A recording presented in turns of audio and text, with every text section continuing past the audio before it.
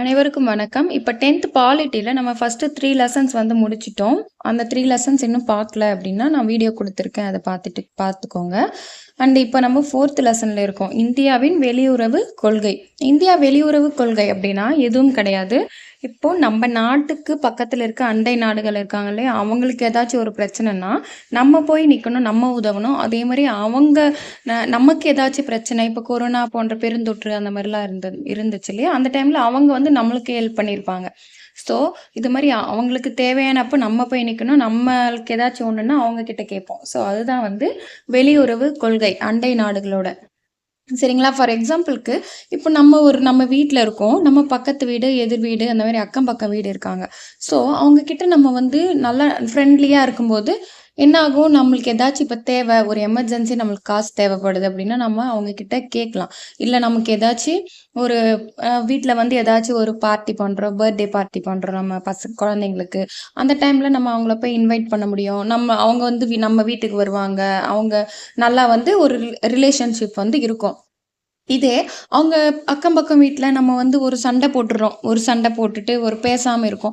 அவங்கள நம்ம next time பார்க்கும்போது நம்ம போய் கேட்போமா? ஏதாச்சும் உதவியும் கேட்போமா? கேட்க முடியாது. அதே மாரி அவங்களுக்கு ஏதாச்சும் ஒரு விசேஷம்னாலும் நம்மள கூப்பிடுவாங்களா? நம்மளையும் கூப்பிட மாட்டாங்க. அவங்களும் நம்ம பேசுறதுக்கும் முடியாது. அவங்களாலயும் எதுவுமே வந்து இன்டராக்ட் பண்ண முடியாது. உதவவும் முடியாது. ஸோ அந்த மாரியெல்லாம் இல்லாம ஒரு நல்ல உறவை வந்து மேம்படுத்தணும். அந்த நம்ம நாட்டுக்கு நம்ம பிற நாடுகளோட நல்ல உறவை வந்து மேம்படுத்தணும். அதன் மூலமா அவங்களும் வளர்ச்சி அடையறாங்க. நம்மளும் வளர்ச்சி அடையறோம். நம்ம கிட்ட இருக்க ஆற்றல்கள அவங்களுக்கு வந்து குடுக்குறோம். அவங்க கிட்ட இருக்க எக்ஸ்ட்ரா ஆற்றல அதே மாரி நெறைய விஷயங்கள் இருக்கு. அணுசக்தி தொடர்பானது. அந்த மாரி நெறைய வந்து அவங்க கிட்ட இருக்க எரிசக்தி தொடர்பானது. இந்த பெட்ரோல், டீசல் அப்படிலாம் அரபு நாடுகள் கிட்ட இருந்து நம்ம வாங்குறோம். அவங்க கிட்ட அதிகமா இருக்கு இல்லையா? அவங்க வந்து நம்மளுக்கு குடுக்குறாங்க. நம்ம கிட்ட அதிகமா இருக்க பொருட்கள அவங்களுக்கு குடுத்து அவங்கள நம்ம டெவலப் பண்றோம். அதே தான் நம்ம வீட்ல எப்படி இது பண்றோமோ, அதே தான் இந்தியான்னு வரும்போது, அவங்க பல கொள்கைகள அமைக்கிறாங்க. நம்ம வீட்டுன்னா அப்படி அப்படியே வாங்கிப்போம். இவ்வளோ காசு வேணும் அப்படின்னா வாங்கிப்போம். அப்புறம் கொஞ்ச நாள் பொறுத்து தந்துருவோம். ஆனா ஒரு நாடுன்னு வரும்போது கொள்கைகளை இது பண்றாங்க. மாநாடு நடத்துறாங்க. அப்புறம் நிறைய இயக்கம் மூலமா இது பண்ணியிருக்காங்க. ஸோ அதெல்லாம் வந்து நம்ம தலைவர்கள், நம்ம அந்த ஆட்சியில இருந்த தலைவர்கள் அந்த டைம்ல பண்ணியிருக்காங்க. ஜவஹர்லால் நேரு அவர்கள் வந்து பண்ணியிருக்காரு. ஸோ அதெல்லாம் தான் இந்த வெளியுறவு கொள்கையில பார்க்க போறோம். ரொம்ப ரொம்ப இன்ட்ரெஸ்டிங்கா இருக்கும். அண்ட் இது அண்டர்ஸ்டாண்ட் பண்ணிக்கிட்டீங்க. இதுதான் கான்செப்ட். இது நம்ம படிக்க போறது எல்லாமே இந்த பாடத்துல அதேதான். ஃபர்ஸ்ட் அண்டர்ஸ்டாண்டிங் வந்து இதுதான். இது புரிஞ்சுச்சுன்னா உங்களுக்கு இந்த பாடம் ரொம்ப ஈஸி. எக்ஸாம் ரிலேட்டடான கொஸ்டின்ஸ் பார்க்கலாம். அதுவும் கொஞ்சம் கம்மியாக தான் இருக்குது இந்த பாடத்தில். இருந்தாலும் நம்ம கூற்று காரணம் தான் இப்போ கொஸ்டினாக கேட்குறாங்க. அதனால் நம்ம லெசனை வந்து பார்க்குறோம். ஓகேங்களா? வாங்க லெசனுக்குள்ளே போகலாம். இதில் வந்து பார்த்தீங்கன்னா அறிமுகம். வெளியுறவு கொள்கை என்பது ஒரு நாடு வெளியுறவு விவகாரங்களின் மூலம் தேசிய நலனை பாதுகாக்கவும் மேம்படுத்தவும் இரு தரப்பு மற்றும் பல தரப்பு உறவுகளை பேணவும் வடிவமைக்கப்பட்ட கொள்கையாகும். அதுதான் நான் சொன்னதுதான். இப்போ வெளியுறவு கொள்கை அப்படின்னா என்ன அப்படின்னா, வெளியுறவு விவகாரங்கள் இருக்கும் இல்லையா? அதன் மூலமா தேசிய நலனை பாதுகாக்கணும். அதே மாதிரி மேம்படுத்தணும். இரு தரப்பு மற்றும் பல தரப்பு உறவுகள். நான் சொன்னதே தான் கான்செப்ட். நம்மளுக்கும் நல்லது, அவங்களுடைய இதுவும் நம்மளுக்கு நல்லதா இருக்கணும். உறவுகளை வந்து மேம்படுத்தணும், பேணணும். அதுக்கு பாதுகாப்பை வந்து இது படுத்தணும். அதுக்காக உருவாக்கப்பட்ட கொள்கை தான் இந்த வெளியுறவு கொள்கை அப்படின்னு சொல்லிட்டு சொல்றாங்க. அப்புறம் வந்து பார்த்தீங்கன்னா, வெளியுறவு கொள்கையினுடைய முக்கிய அம்சங்கள் என்ன அப்படின்ட்டு குடுத்துருக்காங்க. என்னென்ன அப்படின்னு பார்த்தீங்கன்னா, உடன்படிக்கைகள், நிர்வாக ஒப்பந்தங்கள், தூதுவர்களை நியமித்தல், வெளிநாட்டு உதவி, சர்வதேச வணிகம் மற்றும் ஆயுதப்படைகள் ஆகியவைகள் ஆகும். அதான் நான் சொன்னேன் இல்லைங்களா? இப்போ நம்ம வீடுன்னா நம்மளுக்கு ஏதாச்சும் ஒரு எமர்ஜென்சி எதிர் வீட்லயோ பக்கத்து வீட்லயோ நம்ம கடை வாங்குறோம். கடை வாங்கின உடனே கொஞ்ச நாள் பொறுத்து நம்ம கிட்ட காசு இருக்கும்போது நம்ம கொடுத்துடுறோம். ஓகேங்களா? இது மாதிரி முடிஞ்சிருது. இதே நாடுன்னு வரும்போது ஒருத்தரா முடிவு எடுக்க முடியாது இல்லையா? ஒரு நாடுன்னு வரும்போது ஒரே ஒருத்தரால முடிவு எடுக்க முடியாது. எல்லாரும் சேர்ந்து ஒப்பந்தம் போடணும். ஒப்பந்தம் போட்டுறாங்க. அப்புறம் தூதுவர்களை நியமிக்கிறாங்க. உடன்படிக்கை பண்றாங்க. சரி உனக்கும் எனக்கும் இவ்வளோ இருக்கு. இந்த இந்த ஒப்பந்தம் நம்ம போடலாம் அப்படின்னு சொல்றோம். அப்புறம் இந்த நாட்டுல இருந்து நம்ம தூதுவர்களை அனுப்புறோம். அந்த நாட்டுல என்ன நடக்குதுன்னு பாக்குறதுக்காக. ஸோ உதவி, வெளிநாட்டு உதவி இதெல்லாம் வந்து முக்கிய அம்சம்னு சொல்லிட்டு சொல்றாங்க. ஓகேங்களா? வெளியுறவு இந்த பாக்ஸ் டேட்டா பார்க்கலாம். வெளியுறவு அமைச்சகம் எனப்படும் இந்திய வெளிவிவகார அமைச்சரவை இந்திய அரசின் ஒரு அங்கமாக இருந்து நாட்டின் வெளியுறவுகளை பொறுப்பேற்று நடத்துகிறது. வெளியுறவு அமைச்சகம்னு சொல்லிட்டு நமக்கு ஒரு அமைச்சகம் இருக்கு. நம்ம நாட்டினோட எப்படி சொல்கிறது, நம்ம நாட்டினுடைய வெளி உறவுகளை வந்து பொறுப்பேற்றுக்கிறாங்க. அவங்க தான் வந்து என்ன பண்ணுறாங்க, வெளி விவகாரங்களை அவங்க தான் ஒரு பொறுப்பேற்று நடத்துகிறாங்க வெளியுறவு அமைச்சகம். 1986ஆம் ஆண்டு புதுடெல்லியில் நிறுவப்பட்ட இந்திய வெளிநாட்டு சேவை பயிற்சி நிறுவனம் இந்திய வெளியுறவு சேவை அதிகாரிகளுக்கு IFS அதிகாரிகள் இருக்காங்க இல்லையா, அவங்களுக்கு பயிற்சி அளிக்கிறது அப்படின்னு சொல்கிறாங்க. எந்த ஆண்டு அப்படின்னு பார்க்கணும், 1986. இதோட ஏதாச்சும் ஒரு ஆண்டை வந்து ரிலேட் பண்ணிக்கோங்க, ஏதாச்சும் ஒரு க்ளூக்காக ரிலேட் பண்ணிக்கோங்க. 1986ன்றது நம்மளுக்கு டக்கு ஞாபகம் வரணும். நுகர்வோர் பாதுகாப்பு சட்டம் 1986ன்னு நினைக்கிறேன். எனக்கு கரெக்டாக தெரியல, அது கரெக்டான்றதை நீங்கள் கமெண்ட்டில் சொல்லுங்கள். இல்லை வேறு ஏதாச்சும் 1986 இருக்குது அப்படின்னா எனக்கு வந்து கமெண்ட்டில் வந்து சொல்லுங்கள், எல்லோரும் தெரிஞ்சுக்கிட்டோம். அந்த ஆண்டு தான் புதுடில்லியில் நிறுவப்பட்ட இந்திய வெளிநாட்டு சேவை பயிற்சி நிறுவனம். வெளிநாட்டு சேவை பண்ணுறாங்க இல்லையா, இந்தியன் ஃபாரின் சர்வீஸ், அவங்களுக்கு பயிற்சி அளிக்கிறாங்க அப்படின்னு சொல்லிட்டு சொல்கிறாங்க. இதை பாக்ஸ் டேட்டா பார்த்துக்கோங்க. அதே மாதிரி இந்திய அரசியலமைப்பு சட்டம் 1950 சட்டப்பிரிவு 51 என்ன சொல்லுது அப்படின்ட்டு வந்து பார்த்தீங்கன்னா, அரசு நெறிமுறையுறுத்தும் இந்தியாவின் வெளியுறவு கொள்கைகள் என்னென்ன அப்படின்னா, அரசு முயற்சி செய்ய வேண்டியது என்னென்ன பண்ணணும், சர்வதேச அமைதி இருக்கணும், பாதுகாப்பு இருக்கணும். ஓகேங்களா? இப்போ 2 பேரும் சண்டை போட்டுக்கிட்டா ஏதாச்சும் அமைதி இருக்குமா? இருக்காது. பாதுகாப்பு இருக்குமா? அதுவும் இருக்காது. ஓகே. நாடுகளிடையே நியாயமான மற்றும் கௌரவமான உறவுகளை வந்து பேணுதல், சர்வதேச சட்டம் மற்றும் சர்வதேச அமைப்புகளை வந்து மதிக்கணும். ஒரு சட்டம் வந்து ஒரு நாட்டில் இருக்குன்னா அதை நம்ம மதிக்கணும். இல்லை நான் அந்த நாட்டில் போய் இப்படி நான் அந்த ரூல்ஸை வந்து நான் ஃபாலோ பண்ண மாட்டேன் அப்படின்னு சொன்னால் அந்த இடத்துல என்ன ஆகும், அந்த நல்லுறவு வந்து பாதிக்கப்படும். ஸோ அதுதான். சர்வதேச பிரச்சனைகளை நடுவர் மன்றம் மூலம் தீர்க்க உதவுதல். அந்த பிரச்சனை நடக்குது அப்படின்னா அந்த டைமில் போயிட்டு நம்ம இன்னும் மேற்கொண்டு நம்ம போயிட்டு இது பண்ண முடியாது. நடுவர் மன்றம்னு ஒருத்தர் இருக்கும்போது அவங்க என்ன பண்ணுவாங்க, 2 பேருடைய ப்ராப்ளம் என்னன்ட்டு கேட்டு அதை சால்வ் பண்ணுறதுக்கு முயற்சி செய்வாங்க. அந்த மாதிரி ஒரு இதுவை வந்து ஊக்குவிக்கணும் அப்படின்னு சொல்லிட்டு சட்டப்பிரிவு 51 சொல்லுது. ஆர்டிக்கல் ரொம்ப ரொம்ப முக்கியம், நமக்கு கேட்பாங்க கொஸ்டினில். எந்த சட்டப்பிரிவு வந்து வெளியுறவு கொள்கையை வந்து அதுக்கான ஒரு நெறிமுறை வெளியுறவு கொள்கைகளை வகுத்து நமக்கு கொடுத்துருக்கு அப்படின்றது கேட்பாங்க. ஆர்டிக்கல் 51. இது ரொம்ப ரொம்ப ரொம்ப இம்பார்ட்டண்ட்டான இது, பார்த்து வச்சுக்கோங்க. ஓகே.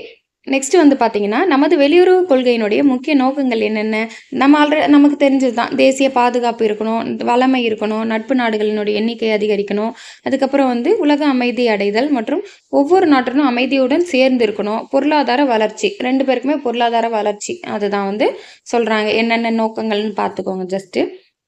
நெக்ஸ்ட்டு வந்து பஞ்சசீலம். பஞ்சசீலம் அப்படின்னா சமஸ்கிருத சொற்களான பாஞ்ச் அப்படின்னா 5, சீலம் அப்படின்னா நற்பண்புகள் ஆகியவற்றிலிருந்து பெறப்பட்டது. இது என்ன கொஸ்டின் கேட்கலாம், நமக்கு டிஎன்பிஎஸ்சியில் கொஸ்டின் கேட்கலாம். என்னன்னா, பஞ்சசீலம் என்பது ஒரு இந்தி மொழி சொல்லாகும். ஏன்னா பாஞ்ச் என்பது 5, சீலம் அப்படின்னா நற்பண்புகள் அப்படின்னு கொடுத்துருவாங்க கூற்று. அதுக்கு வந்து நீங்கள் என்ன போடுவீங்க, இது கூற்று காரணம் வந்து சரியா அப்படின்னு கேட்பாங்க. கூற்று தவறுன்னு நம்ம போடணும். ஏன்னா பஞ்சசீலம் என்பது சமஸ்கிருத சொற்கள் அப்படின்றது நம்மளுக்கு தெரிஞ்சு வச்சிருக்கணும். ஸோ இதுக்காக நம்ம இதை படிக்கிறோம். ஓகேங்களா? நெக்ஸ்ட் பார்க்கலாம். இந்தியாவில் பிரதமர் யாராக இருந்தார் அப்படின்னா ஜவஹர்லால் நேரு. மற்றும் சீனாவில் பிரதமர் யார் இருப்பார் அப்படின்னா சூ என் லாய்.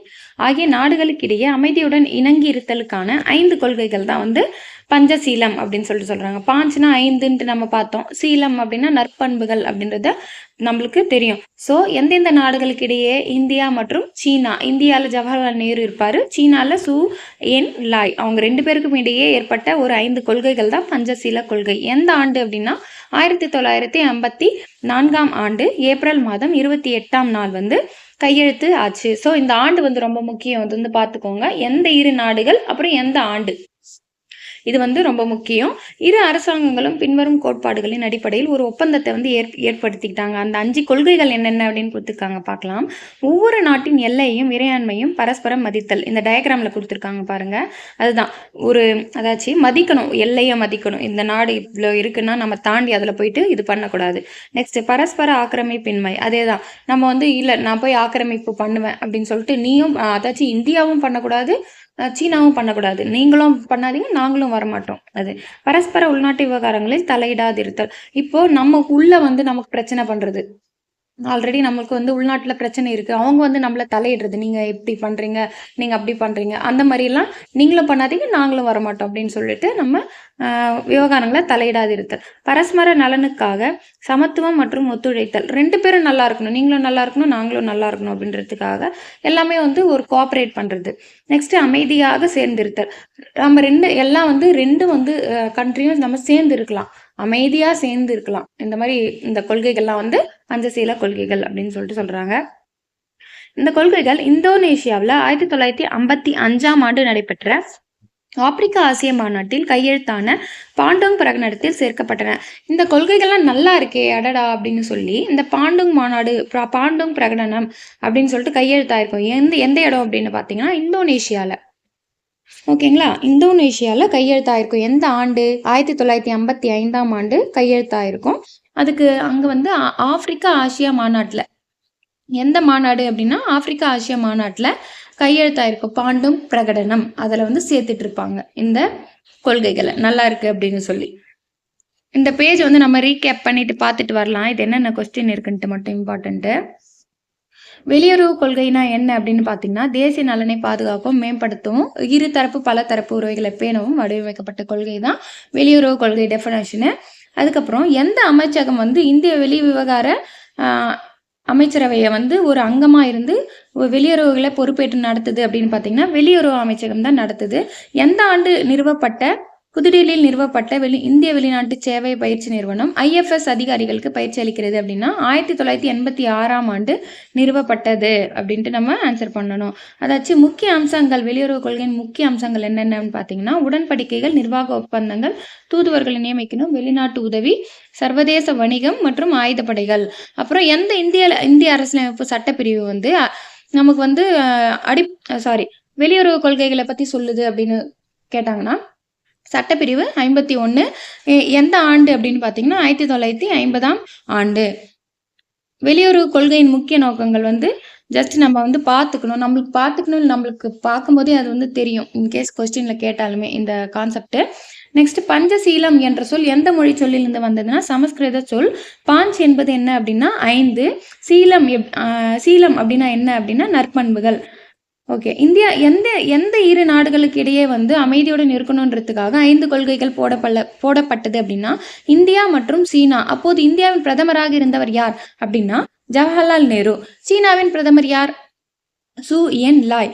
ஸோ எந்த ஆண்டு வந்து பஞ்சசீல கொள்கை கையெழுத்தானது அப்படின்னு பார்த்தீங்கன்னா 1954 ஏப்ரல் 28ஆம் நாள். அந்த பஞ்சசீல கொள்கைகள் 5 பஞ்சசீல கொள்கைகள் இருக்கு, பார்த்துக்கோங்க. இந்த கொள்கைகள் வந்து இந்தோனேஷியாவில் எந்த ஆண்டு நடைபெற்ற ஆப்பிரிக்கா ஆசிய மாநாட்டில் கையெழுத்தான பாண்டோங் பிரகடனத்தில் வந்து சேர்க்கப்பட்டது அப்படின்னு வந்து பார்த்தீங்கன்னா 1955ஆம் ஆண்டு. நெக்ஸ்ட்டு வெளியுறவு கொள்கையினை நிர்ணயிக்கும் அடிப்படை காரணிகள் என்னென்ன அப்படின்ட்டு கொடுத்துருக்காங்க. ஜஸ்ட் பார்த்துக்கோங்க. அந்த புவியியல் அமைப்பு, வரலாறு, பாரம்பரியம் அது வரும். இயற்கை வளங்கள் வரும். ஏன்னா இயற்கை வளங்கள் நம்மக்கிட்ட இருந்துச்சுன்னா அவங்களும் என்ன பண்ணுவாங்க, நம்மளை தேடி வருவாங்க. அதுக்கப்புறம் அரசியல் நிலைத்தன்மை, அரசாங்க அமைப்பு, அமைதிக்கான அவசியம், ஆயுத குறைப்பு, அணு ஆயுத பெருக்கத்தடை, இராணுவ வலிமை, சர்வதேச சூழ்நிலை, இதெல்லாம் தான் வந்து என்ன பார்த்தீங்கன்னா அடிப்படை காரணிகளாக இருக்குது. ஜஸ்ட் பார்த்துக்கிட்டா போதும், அந்த அளவுக்கு வந்து இது கிடையாது. 1950 மற்றும் 60களில் வெளியுறவு கொள்கைகள் எப்படி இருந்துச்சு அப்படின்ட்டு பார்க்குறோம். ஓகேங்களா, நாடு சுதந்திரம் அடைந்தது முதல் 1950, 60களில் என்னாச்சு அப்படின்னா வெளியுறவு கொள்கைகள், நாட்டின் வந்து முதல் பிரதமர் யார் அப்படின்னா ஜவஹர்லால் நேரு. அவர் வந்து என்ன பண்ணுவார், அவர்களின் வழிகாட்டுதலின் படி தான் முக்கிய குறிக்கோள்களை கொண்டு அமைந்திருந்துச்சு அப்படின்னு சொல்லிட்டு சொல்கிறாங்க. சோவியத் சோசியலிச குடியரசுகளின் ஒன்றியம் USSR அல்லது அமெரிக்க ஐக்கிய நாடுகள் ஆகியவற்றின் ஏதேனும் ஒரு முகாம்களில் சேருவது அவசியமாக இருந்துச்சு. ஏன்னா நாடு வந்து சுதந்திரம் அடைந்த பிறகு என்ன ஆச்சு அப்படின்னா நம்ம வந்து அந்த அளவுக்கு பொருளாதாரத்தில் நம்மக்கிட்ட பணம் எதுவுமே கிடையாது, மேம்பாடு அடையலை, நமக்கு அந்த அளவுக்கு ஒரு எக்ஸ்பீரியன்ஸும் கிடையாது. அப்போ தான் ஒரு புதிய நாடு. அந்த டைமில் வந்து நம்ம இந்த வல்லரசுகளாக இருந்த ரஷ்யாவும் அமெரிக்காவும் இருந்தாங்க. அவங்க கிட்ட போயிட்டு நம்மக்கிட்ட எதுவும் இல்லை அப்படின்னு நின்னோம்னா அவங்க அட்வான்டேஜாக எடுத்துக்கிட்டு நம்மளை என்ன பண்ணுவாங்க, ஒரு அடிமையாக மாற்றுறதுக்கு ட்ரை பண்ணுவாங்க. அதனால ஜவஹர்லால் நேரு முதல் பிரதமர் என்ன பண்ணார் அப்படின்னா நாங்கள் வந்து உங்கள் 2 பேர் கூடவுமே இல்லை, ஏன்னா அவங்க 2 பேர் கூடவுமே ஆல்ரெடி பனிப்போர் நடந்துட்டு இருந்தது, ரஷ்யாவுக்கும் அமெரிக்காவுக்கும். நம்ம அந்த டைமில் போய் அவங்க கூட யாராச்சும் ஒருத்தர் கூட போய் நின்னோம்னா அந்த பனிப்போர் வந்து என்ன ஆகும், நம்ம மேலேயும் வந்து இதுவாகும், அவங்க நம்மளை வந்து ஒரு அட்வான்டேஜாக எடுத்துக்கிட்டு அடிமையாக நடத்துறதுக்கான வாய்ப்புகள் இருக்குது. அப்படின்றதுனால இவர் யாரு கூடவுமே சேரலை, யாரு கூடவுமே சேராமல் தனித்தே நின்னாரு. அதுதான் வந்து சொல்லியிருக்காங்க. அதுதான் வந்து சோவியத் ரஷ்யா வல்லரசு நாடுகளுடனும் அமெரிக்க நாடுகளுடனும் சேராமல் அணிசேரா இயக்கம் என்ற வழியை தேர்ந்தெடுத்ததோடு சர்வதேச விவகாரங்களில் 3வது அணியை உருவாக்க முயன்றார். நம்ம அதில் எதுலையுமே ஜாயிண்ட் ஆனாதான ப்ராப்ளம், நம்ம 3வது அணியை உருவாக்கிக்கலாம் அப்படின்னு சொல்லிட்டு ஜவஹர்லால் நேரு வந்து முடிவெடுக்கிறாரு. நெக்ஸ்ட், பரந்த அளவில் அணிசேராண்மை என்பது இராணுவ கூட்டணியில் இணைத்து கொள்ளாதது அல்ல. அதாவது பிரச்சனைகளை முடிந்தவரை இராணுவ கண்ணோட்டத்தில் பார்க்காமல் அது சில நேரங்களில் மட்டும் ஏற்பட்டாலும் சுதந்திரமாக மற்றும் அனைத்து நாடுகளுடனும் நட்பு ரீதியிலான உறவை பராமரித்தல் ஆகும். இப்படி யார் சொல்லியிருக்காரு அப்படின்னா ஜவஹர்லால் நேரு. அதாச்சும் எந்த போரும் நம்மளுக்கு வேண்டாம், எதுவும் வேண்டாம், நம்ம சேரும், நம்ம ஒன்றா அப்படி ஜாயிண்ட்லி இருக்க வேண்டாம், அவங்கவுங்களோட நலனை பாதுகாத்துக்கிட்டு அமைதியாக இருக்கிறது தான் நல்லது. நம்ம ஃபேமிலியில் எடுத்துக்கிட்டாலும் அதுதான் வந்து இப்போதைக்கு நடைமுறையில் இருக்கிறது நல்லதும் கூட. எல்லாருக்கிட்டையும் போய் சேர்ந்துட்டு அந்த மாதிரி வந்து நம்ம ஜாயிண்ட்டாக இருந்தோம் அப்படின்னா ஒரு விதத்தில் நல்லதாக இருந்தாலும் பல விதத்தில் யோசிக்கும் போது அது நல்லது கிடையாது அப்படின்றது நிறைய வந்து நம்மளுக்கே வந்து ரியலைஸ் பண்ணியிருப்போம், நம்ம வீட்டுங்கள்லையுமே சொல்கிறேன். அதுதான் ஜவஹர்லால் நேருவும் யோசிச்சிருக்காரு அந்த டைம்லேயே. அணிசேரா இயக்கம், தி நான் அலைன்ட் மூமெண்ட், எந்த ஆண்டு கொண்டு வரப்பட்டது? 1961. அணிசேரா அப்படின்றோமா, அப்போ அது தலைகீழாக இருக்குது அப்படின்னு ஞாபகம் வச்சுக்கோங்க. அந்த ஆண்டு வந்து ஞாபகம் வச்சுக்கோங்க. 19 அது அப்படியே தலைகீழாக 6ஆக மாறிடுச்சு. 9 வந்து 6ஆக மாற்றிக்கோங்க. 1 அப்படியே இருக்குது. நாங்கள் சேர மாட்டோம் அப்படின்றதுனால தலைகீழாக இருக்குது அப்படின்னு ஞாபகம் வச்சுக்கோங்க. ஓகேங்களா? மாற்றி திருப்பி வந்து 1991 போட்டுறாதீங்க. ஓகேங்களா? தலைகீழாக போட்டுங்க. 61.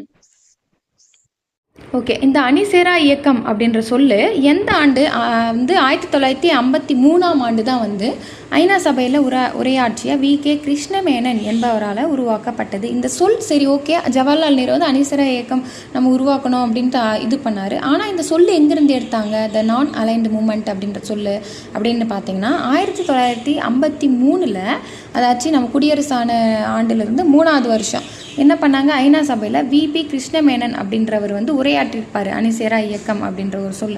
அது மூலமாக வந்து உருவாக்குனாங்க அப்படின்னு சொல்லிட்டு சொல்கிறாங்க. இதுதான் அணிசேராமை தான் வெளியுறவு கொள்கையினுடைய முக்கிய அம்சமாக விளங்குது அப்படின்னு சொல்லிட்டு சொல்கிறாங்க. இதனோட நோக்கம் என்ன அப்படின்னா இராணுவ கூட்டணியில் சேராமல் வெளிநாட்டு விவகாரங்களில் தேசிய சுதந்திரத்தை பராமரித்தல் ஆகும். இந்த அணிசேரா இயக்கம் அப்படின்றது எத்தனை உறுப்பு நாடுகளை கொண்டு இருக்குன்னா 120 உறுப்பு நாடுகளையும் 17 நாடுகளை வந்து பார்வையாளரும் 10 சர்வதேச நிறுவனங்களையும் வந்து கொண்டிருக்கு அப்படின்னு சொல்லிட்டு சொல்கிறாங்க.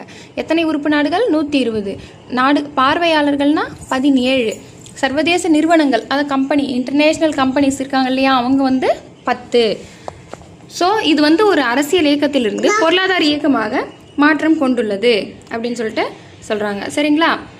நெக்ஸ்ட்டு, அணிசேரா இயக்கத்தின் நிறுவன தலைவர்கள் யார் யார் அப்படின்ட்டு பார்த்தீங்கன்னா இந்தியாவில் ஜவஹர்லால் நேரு, யூகோஸ்லாவியா இருக்கு இல்லையா அந்த நாட்டில் வந்து டிட்டோ, எகிப்தினுடைய நாசர், இந்தோனேஷியாவினுடைய சுகர்னோ மற்றும் கானாவின் குவாமே நிக்ரூமா. இது எப்படி ஞாபகம் வச்சுக்கலாம்னா இந்தியானா நமக்கு தெரியும் ஜவஹர்லால் நேரு அப்படின்ட்டு, யூகோஸ்லோவியா அப்படின்னா டிட்டோ. ஸோ TU அப்படின்றது ஒரு ABCD ஆல்ஃபபெட்டில். ஸோ நம்ம டிட்டோ அப்படின்னா யூகோஸ்லோவியா அப்படின்னு ஞாபகம் வச்சுக்கோங்க. Tito Yugoslavia. எகிப்தினுடைய நாசர், இது அப்படின்னு ஞாபகம் வச்சுக்கோங்க. எகிப்தின் நாசர் அப்படியே படிச்சுக்கோங்க. எகிப்தின் நாசர். இந்தோனேஷியாவின் சுகர்னோ. இந்தோனேஷியா அப்படின்ற இந்தோனேஷியா கண்ட்ரியில் இருக்கவங்களுக்கு சுகர் இருக்குது அப்படின்னு சொல்லிட்டு ஞாபகம் வச்சுக்கோங்க. சுகர்னோ. மற்றும் கானாவினுடைய குவாமே நிக்ரூமா. கானா வந்து குவான்னு பாடுறாங்க அப்படின்னு ஞாபகம் வச்சு. கானான்னா அது பாட்டு தான் கானான்னு சொல்லுவாங்க. ஸோ அந்த கானா வந்து குவா அப்படின்னு பாடுறாங்க ஞாபகம் வச்சுக்கோங்க. அணிசேரா இயக்கத்தினுடைய நிறுவன தலைவர்கள்னால் இவங்க தான். நெக்ஸ்ட், பனிப்போர் காலத்தில் இந்தியாவினுடைய வெளியுறவு கொள்கை எப்படி இருந்துச்சு அப்படின்னு பார்க்கலாம். இந்தியா வந்து அணிசேரா இயக்கத்தில் இருந்தாலும் சோவியத் யூனியனுடனும் வந்து 1971ஆம் ஆண்டில் இந்திய சோவியத் ஒப்பந்தத்தின் 20 ஆண்டு கால ஒப்பந்தமான அமைதி, நட்புறவு மற்றும் ஒத்துழைப்பு மூலம் இணைந்தது. அணிசேரா இயக்கத்தில் தான் இருந்தாலும் எந்த ஆண்டு 1971ஆம் ஆண்டு வந்து சோவியத் யூனியன் ரஷ்யாவோட இணைஞ்சாங்க. எத்தனை ஆண்டுகால ஒப்பந்தம்னா 20 ஆண்டுகால ஒப்பந்தம். எதுக்கான அமைதியாக இருக்கணும், நட்புறவோடு இருக்கணும், ஒத்துழைப்பு தரணும் அப்படின்றதுக்காக. ஏன்னா 1971 நமக்கு வந்து இந்தியா சீனா போர் வந்திருக்கும். ஓகேங்களா, அதனால் அதிலிருந்து நம்ம பாதுகாக்கணும் அப்படின்றதுக்காக இந்த ஒரு ஒப்பந்தம் போட்டிருப்பாங்க. நெக்ஸ்ட் வந்து பார்த்திங்கன்னா பின்னர் இந்தியா இராணுவ நவீனமயமாக்கலை வந்து கொண்டு இருந்துச்சு. சீனா வந்து 1964ஆம் ஆண்டு லாப்னார் அப்படின்ற இடத்துல வந்து ஒரு அணுசோதனைக்கு அணுசோதனை மேற்கொண்டிருக்கோம். எந்த இடத்துல அப்படின்னா லாப்னார். ஸோ அதுக்கு பதிலடியாக தரணும் அப்படின்றதுக்காக இந்தியா தனது முதல் பூமிக்கடியிலான அணுசோதனை திட்டத்தினை வந்து 1974 பொக்ரானில் வந்து நடத்துச்சு. ஓகேங்களா, இந்தியா தனது முதல் பூமிக்கடியிலான அணுசோதனை திட்டம் எப்போ நடத்துச்சு அப்படின்னா 1974 பொக்ரானில். ஸோ 1964 வந்து சீனா வந்து நடத்தியிருப்பாங்க. அதுக்கு அடுத்த 10 வருஷத்தில் நம்ம இந்தியா வந்து என்ன பண்ணியிருப்பாங்க, அணுசோதனை வந்து நடத்தியிருப்பாங்க. எங்கே அப்படின்னா பொக்ரான் எங்கே இருக்குது அப்படின்னா ராஜஸ்தானில் இருக்குது. இது வந்து நிலத்தடி அணு வெடிப்பு திட்டம் அப்படின்ட்டு சொல்கிறாங்க. சப்டெரினைன் நியூக்ளியர் எக்ஸ்ப்ளோஷன்ஸ் ப்ராஜெக்ட். அந்த படத்தில் கொடுத்துருக்காங்க பாருங்கள் எப்படி எக்ஸ்ப்ளோர் பண்ணியிருக்காங்கன்னு சொல்லிட்டு. முதல் அணு சோதனை பொக்ரான், ராஜஸ்தான். நெக்ஸ்ட்டு 2ஆம் உலக போருக்கு பின்னாடி இந்தியா வந்து அரசியல் விடுதலை வந்து பெற்றுச்சு. ஆனால் நம்மக்கிட்ட அந்த டைமில் தீவிர வறுமை இருந்துச்சு, எழுத்தறிவின்மை, குழப்பமான சமூக பொருளாதார நிலை. இதிலிருந்து நம்ம வந்து நிறைய மீண்டு வந்திருக்கோம். ஓகேங்களா, 2ஆம் உலக போருக்கு பின்னாடி நமக்கு இத்தனை ப்ராப்ளம்லேருந்து நம்ம நிறைய மீண்டு எடுக்க வேண்டிய ஒரு கட்டாயத்தில் நம்ம இருந்தோம். அந்த டைமில் வந்து யாரு கூடவும் வந்து இராணுவ கூட்டு ஒப்பந்தத்தில் நம்மளால் ஈடுபட முடியல. ஸோ அந்த இராணுவ கூட்டினை தவிர்ப்பது என்பது அப்போது ஒரு விருப்பமாக மட்டுமின்றி ஒரு தேவையாகவும் இருந்துச்சு. அந்த டைமில் நம்ம யாரு கூடவுமே வந்து கூட்டு சேர முடியாது, நம்மக்கிட்டே ஒரு வறுமை இருக்குது. அப்போ யாருமே நம்மளை வந்து இது பண்ண மாட்டாங்க. நம்மளும் அவங்கக்கிட்ட போய் நாங்கள் சேர்ந்துக்கிறோம் அப்படின்றத சொல்ல முடியாது. நம்மளுக்கு சேரக்கூடாதுன்ற ஒரு எண்ணமே தான் இருந்தது. ஸோ ஏன்னா அணி சேராமை அப்படின்றது வந்து பார்த்திங்கன்னா நடுநிலையாக இருப்பது என்பது பொருள் கிடையாது. பிரச்சனைகளுக்கு முடிவுகளை நாடுகள் சுதந்திரமாக தீர்மானிப்பது அப்படின்றாங்க. இப்போது அணி சேர்ந்துட்டோம் அப்படின்னு சொல்லிட்டோம்னா, நம்ம ஒரு கண்ட்ரியோட போய் இப்போ சேர்ந்துட்டோம் அப்படின்னா அந்த டைமில் வந்து என்ன ஆகும், நம்மளால் ஒரு தனியாக ஒரு டிசிஷன் எடுக்க முடியாது. என்ன டிசிஷன் எடுக்கணுன்னாலும் நம்ம அந்த நாட்டுக்கிட்ட சஜஷன் கேட்டாகணும். நம்ம சுதந்திரமாக ஒரு தீர்வு காண முடியாது. அதனால தான் மெயின் ரீசன் அணி சேராமை இயக்கம். நெக்ஸ்ட் வந்து அணி சேராமை என்பதற்கு இராணுவ வலிமை இல்லாமல் இருப்பது என்று பொருள் கிடையாது. அது மோதல்கள் மற்றும் பதட்டங்களை குறைப்பதை உறுதி செய்வது என பொருள்படுவதாகும். அணி சேராமல் இருக்கிறது நம்மக்கிட்ட இராணுவ வலிமை இல்லை அப்படின்றது வந்து பொருள் இல்லை.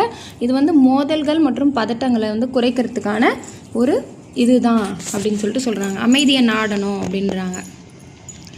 நெக்ஸ்ட் வந்து கூட்டு சேராமையை விளக்கினாலும் கூட இந்தியா வந்து அதிக அளவில் தனது இராணுவ அமைப்பை பலப்படுத்திட்டு தான் இருந்துச்சு.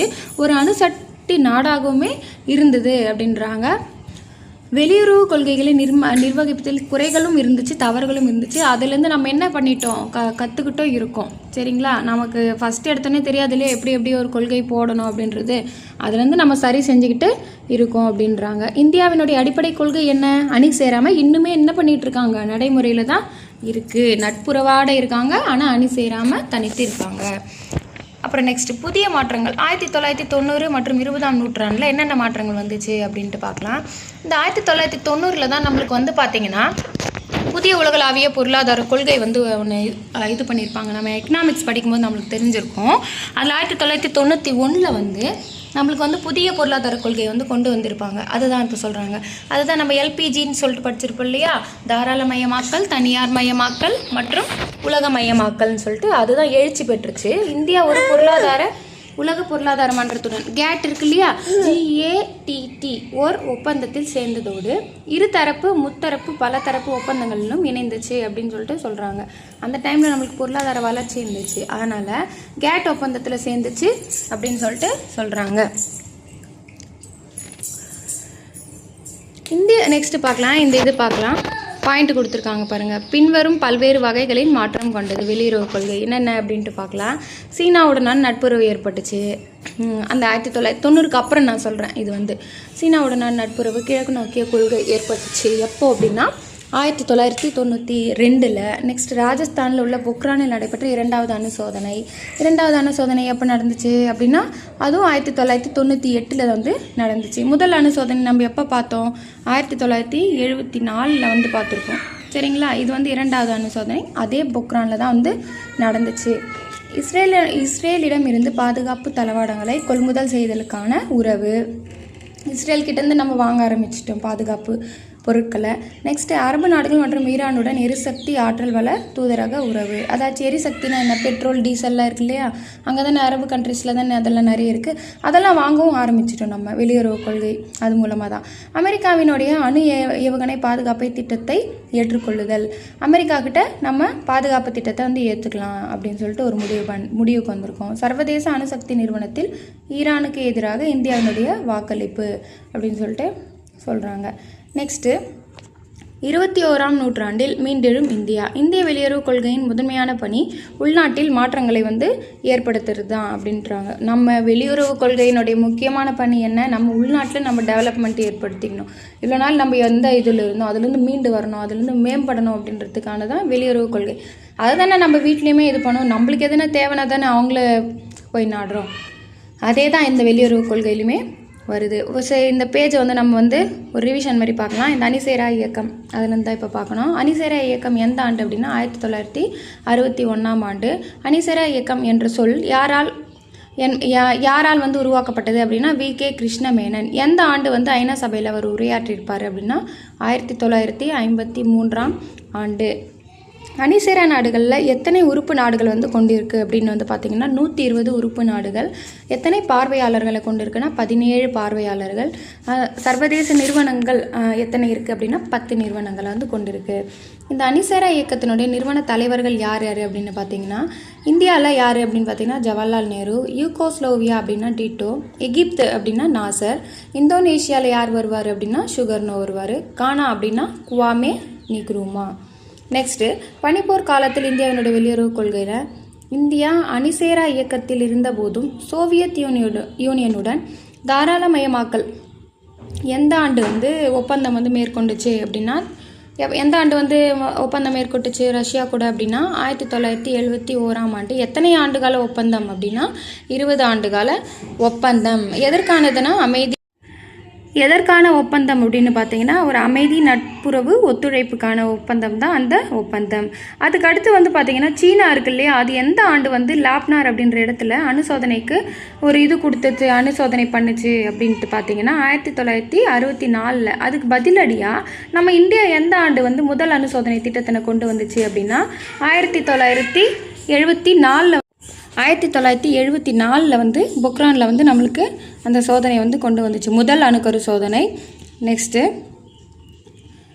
2ஆம் உலக போருக்கு பின்ன நம்ம எந்தெந்த இதெல்லாம் சவால்கள்லாம் நம்ம மீட்டெடுக்க வேண்டியிருந்துச்சுன்னா தீவிர வறுமை, எழுத்தறிவின்மை, குழப்பமான சமூக பொருளாதாரத்திலேருந்து நம்ம மீண்டெடுக்க வேண்டிய அவசியம் வந்து இருந்துச்சு. ஓகே. நெக்ஸ்ட்டு வந்து அணிசேராமை அப்படின்றது என்ன அப்படின்னா பிரச்சனைகளுக்கு முடிவுகளை சுதந்திரமாக தீர்மானிப்பது அப்படின்னு சொல்லிட்டு சொல்கிறாங்க. வலிமை இல்லாமல் இருப்பது பொருள் கிடையாது, பதட்டங்களை குறைப்பது உறுதி செய்வது அப்படின்னு சொல்லிட்டு அணிசேராமை வந்து சொல்கிறாங்க. நெக்ஸ்ட்டு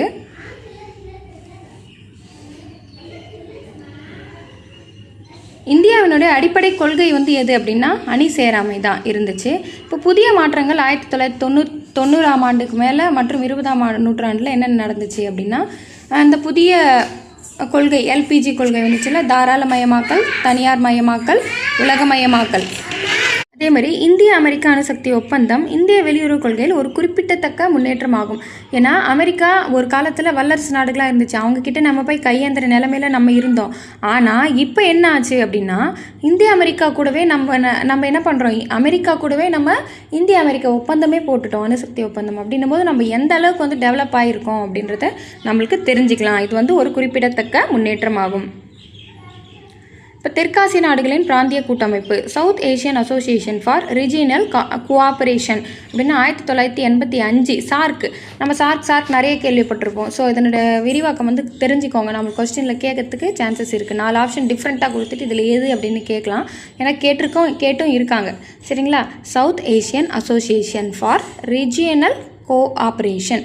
ஸோ 1985 ஆண்டு ரொம்ப முக்கியம். எத்தனை நாடுகளை கொண்டது அப்படின்னு பார்த்தீங்கன்னா 8 நாடுகளின் ஒரு பொருளாதார புவிசார் அரசியல் அமைப்பு ஆகும். ஓகேங்களா? இந்த சார்க் அமைப்பினுடைய பேரிடர் மேலாண்மை மையம் எங்கே உள்ளது அப்படின்னா புதுடெல்லியில் வந்து அமைக்கப்பட்டிருக்கு. இந்த மையம் வந்து தெற்காசியாவில் பேரிடர் குறைப்பு மற்றும் மேலாண்மைக்கான வல்லுநர்களை கொண்ட ஒரு அமைப்பு அப்படின்னு சொல்லிட்டு சொல்கிறாங்க. அதே மாதிரி நம்ம இஸ்ரோ அமைப்பு இருக்கு இல்லையா, இந்தியன் ஸ்பேஸ் ரிசர்ச் ஆர்கனைசேஷன், அவங்க என்ன பண்ணியிருக்காங்க அப்படின்னா சார்க் பிராந்தியத்திற்கான செய்தி தொடர்பு மற்றும் வானிலை ஆய்விற்காக சார்க் செயற்கைக்கோளை செலுத்தியுள்ளது. அதாச்சு செய்தி தொடர்பு மற்றும் வானிலை ஆய்விற்கு என்ன பண்ணியிருக்காங்க, சேட்டிலைட் வந்து விட்டுருக்காங்க, செயற்கைக்கோளை சார்க் செயற்கைக்கோளை விட்டுருக்காங்க. யார் அப்படின்னா நம்ம இஸ்ரோ. இங்கே கொடுத்துருக்காங்க பாருங்கள் படத்தில். இந்தியாவில் எத்தனை கண்ட்ரி வந்து சார்க்கில் இணைஞ்சிருக்கு அப்படின்னா 8 கண்ட்ரி. அந்த 8 கண்ட்ரினுடைய பேர் வந்து இங்கே கொடுத்துருக்காங்க. இது என்னென்னு பார்த்து வச்சுக்கோங்க. ஆப்கானிஸ்தான், வங்காளதேசம், பூட்டான், இந்தியா, நேபாளம், மாலத்தீவு, பாகிஸ்தான் மற்றும் இலங்கை. நெக்ஸ்ட் இந்த பாக்ஸ் டேட்டா பார்த்துக்கோங்க.